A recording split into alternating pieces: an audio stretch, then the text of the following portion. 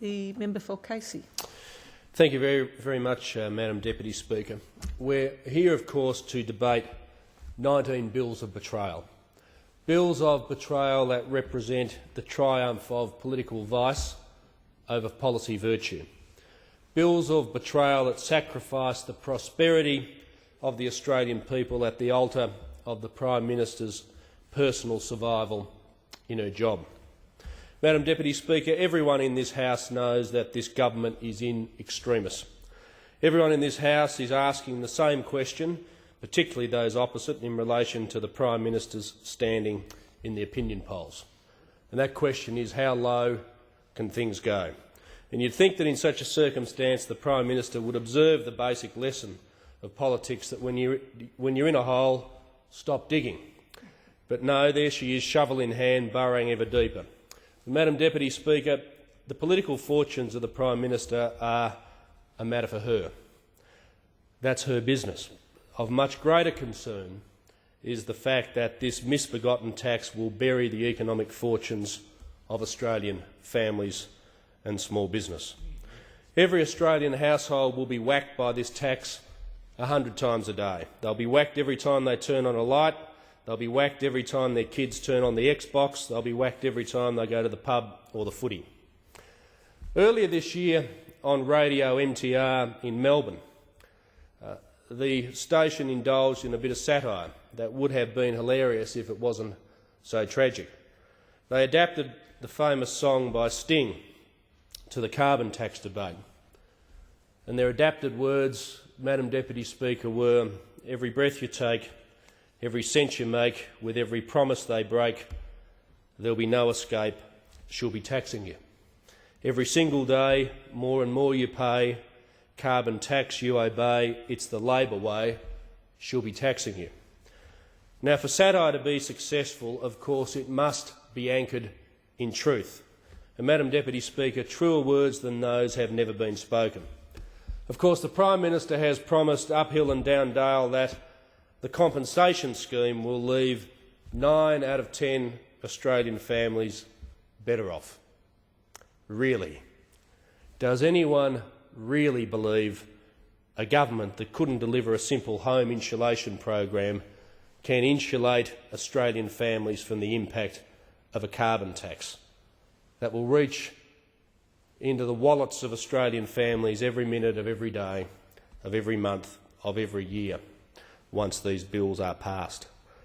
Madam Deputy Speaker, my kids aren't present in the gallery, and you'll be pleased to know at their young age they don't yet read Hansard.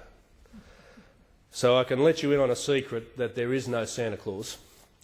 Yet I worry that some on the other side of this House still believe old St Nick exists. So I feel compelled to inform the idealists opposite that there's no magic solution to render their scheme painless. And that's because their carbon tax is intended to modify behaviour through premeditated economic pain. And you don't need to take our word for it on this side of the House. The Prime Minister said as much in February when she declared that the very point of pricing carbon was to have that effect. This tax will drive up the price of energy. It's intended to. Electricity bills paid by Australian families and business will spike by at least 10%. Gas prices will climb by 9%, and that's just in the first year alone. But it's not just household budgets that will take a hit, Madam Deputy Speaker. You don't need to be a Nobel Prize-winning economist to figure out that the basic impacts of the carbon tax on businesses throughout Australia will be significant.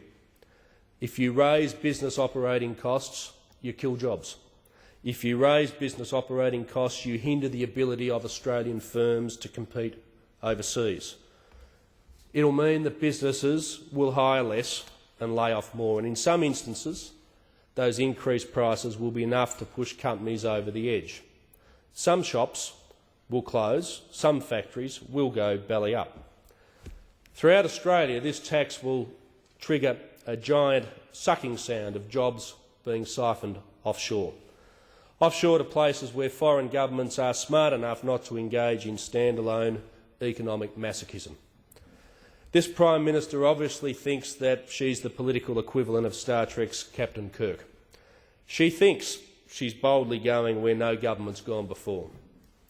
But as we know, there's a fine line between boldness and complete recklessness, Madam Deputy Speaker, and the Prime Minister is acting like the proverbial fool rushing in where angels and every other advanced national economy fear to tread.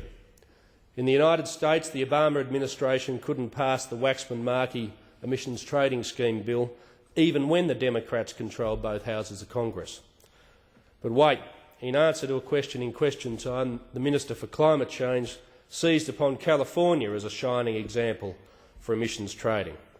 Now, I know fiscal know-how isn't exactly this government's strong suit, but someone needs to let the Minister know that America's so-called golden state isn't so golden after all. California has an unemployment rate of 12% and a state budget deficit of US $26 billion. Is that really an example the Minister is seeking to emulate? And then, of course, there's China, so often heralded by the Minister as an inspiring model of carbon correctness. Yet documents obtained by the Institute of Public Affairs show that the government's claims about China's higher carbon tax levels are bogus. In reality, China's carbon price is about 3/4 of what the government intends to impose on Australia against the public's will. And you don't need to take my word for it. You don't even need to take the word of a member of this side of the House for it, because this past April, former Keating Government Minister Gary Johns penned a piece for The Australian entitled "Dodgy Figures, Wrong Questions Plague Debate." And in his article, Johns wrote, "The Chinese must think Gillard a fool. Vivid Economics, which did the study on which the government's claims were based, has been colourful with its analysis," he said. "They wildly overstate and wildly understate Australia's implicit carbon price." End of quote. Mr Deputy Speaker, for every older coal-fired plant shut down in China over the past 3 years, 2 new ones have been built. And as a result, Chinese coal consumption has increased 17% per year over the same period. After all, who does the Prime Minister think is buying our coal, and what does she think they're doing with it? Mr Deputy Speaker, the misleading and deceptive campaign waged by this government gives new meaning to that famous quip by Mark Twain: "There are 3 kinds of lies: lies, damned lies and statistics." But this habit of playing fast and loose with the truth isn't limited to dodgy data about China's carbon price. We all recall how the Prime Minister heavied the member for Griffith into postponing his emissions trading scheme after the shambolic Copenhagen Climate Conference collapsed in disarray. We all recall how the Prime Minister then moved seamlessly from procrastination to prevarication, from overt delay to outright deception. And we all recall how this Prime Minister gazed into the television cameras during last year's federal election campaign and vowed to the Australian public there will be no carbon tax under the government I lead. But when the Prime Minister needed to seal the deal for political support with the Greens, she threw her no carbon tax promise overboard, and her personal credibility went over the side as well. And then there's last year's palace coup. Only weeks before presiding over the political defenestration of the member for Griffith, this Prime Minister assured us that there was more chance of her becoming full forward for the Western Bulldogs than challenging for the Labor leadership and Prime Ministership. Well, Mr Deputy Speaker, it is a supreme irony, isn't it, that the Prime Minister probably does have a greater chance of becoming full forward of the Western Bulldogs than of remaining Prime Minister till the next election.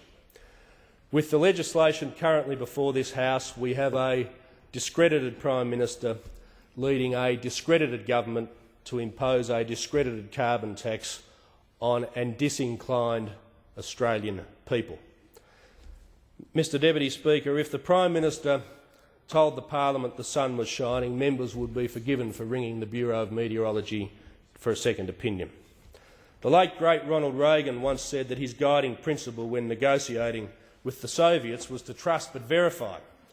In this case, a slight adaptation of that adage is required, because this Prime Minister's history is so full of backflips, U-turns, broken promises and shattered political promises. The track record is so full of cheat and retreat that the only healthy attitude one can take is to distrust and double-check again and again. And that's why I cast such a jaundiced eye on the Prime Minister's promises of a clean, green, renewable energy future funded by the revenue of her carbon tax she promised would never occur under the government she led. In his speech on this bill, the Leader of the Opposition noted a United Kingdom study released in March this year that found that the cost of every job created in the renewable energy sector, 3.7 existing jobs were lost. And he went on to make that point in great detail. Mr Deputy Speaker, the true believers on the other side of this debate are afflicted by a curious mix of economic ignorance and messianic zeal. They're peddling pixie dust policies of wishful thinking and utopian dreaming. And for the Australian public, it is a toxic combination. But the only thing in which this Prime Minister clearly, truly believes is her own personal aggrandisement. This Prime Minister is willing to do any deal, bend in any direction, assume any political position in order to eke out her political survival. This legislation is pure political calculation designed to purchase green support upon which her government depends. In the final equation, Mr Deputy Speaker, the carbon tax is just, for this Prime Minister, the cost of doing business with Senator Bob Brown. This is an exercise in cynicism and should be contrasted with the Coalition's common sense direct action program. Our direct action plan will lower Australians' carbon emissions by the same 5% that the government claims, and without blowing a gaping hole in the bottom line of Australian businesses and household budgets of Australian families. The Leader of the Opposition articulated this in his speech when the debate on these bills began, when he said there's a much better way to reduce emissions, and the better way to reduce emissions is to work with the grain of the Australian people and to further encourage the intelligent and sensible things that Australians and Australian enterprises are doing now to reduce emissions. Mr Deputy Speaker, the Prime Minister tried to claim in the debate on these bills that history will vindicate her. She asked members to think of being on the right side of history. Well, Mr Deputy Speaker, I'm in no mood to be lectured by a Julia come-lately on economic reform. During the 1980s and 1980s, the Prime Minister was, of course, a rising star in Labor's political firmament. As President of the Australian Union Students and later as a leading light in the socialist left faction, she certainly had the power of Labor's pulpit. Yet I don't recall her voicing support at that time for the Hawke-Keating free market reforms that received bipartisan support from the Coalition. And given her past socialist leanings, I'd be astonished to discover that all along she's been a closet devotee of Milton Friedman. Mr Deputy Speaker, the Prime Minister's audacious claim to history rings hollow, and rings hollow to all that heard it, because her own political history is so hollow. At the last election, nearly 84% of voters cast their ballots for parties that were opposed to a carbon tax. This Prime Minister has no mandate to impose this carbon tax. And if the Prime Minister truly believed that a carbon tax is the way to go, the Prime Minister would do what John Howard did with the goods and services tax, and that's show the courage of her convictions and seek the assent and the permission of the Australian people at the ballot box. Mr Deputy Speaker, the fact that this Prime Minister has not and will not really reveals her devious nature on this important policy before the Parliament today. Mr Deputy Speaker, the Australian people were made a promise before the last election by this Prime Minister. This Prime Minister deliberately broke that promise. Order. The honourable member will withdraw. the accusation of deliberately misleading. The withdrawal is deliberately misleading. Yes. I withdraw, Mr. Speaker, in deference to you. The Honourable